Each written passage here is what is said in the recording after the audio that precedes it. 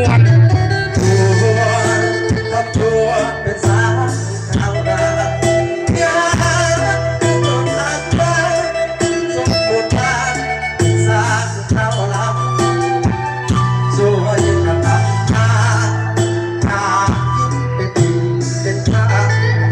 สองคนเย็นเดินทางอยู่โน้นวิไลเด้อพี่น้องเด้อเอฟซีทุกคนเด้อเอฟซีทุกคนเห็นกับผักคนไหนก็เซ่คนทำเอาไอ้น้อยแค่วิสัยในเด้อเอฟซีเด้อทำงานเรียนบ่เรียนสายผ่านไปชั่วคราว ถึงเขาจอดกับผมโยกเส้นด้วยกันมาเที่ยวจะเที่ยวเท่านั้นตาปานี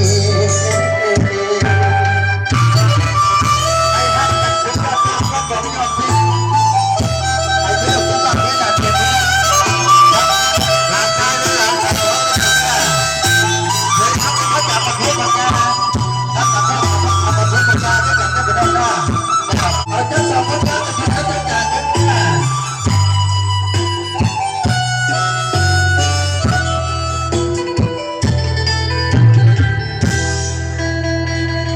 จบไปพอดีพี่น้อง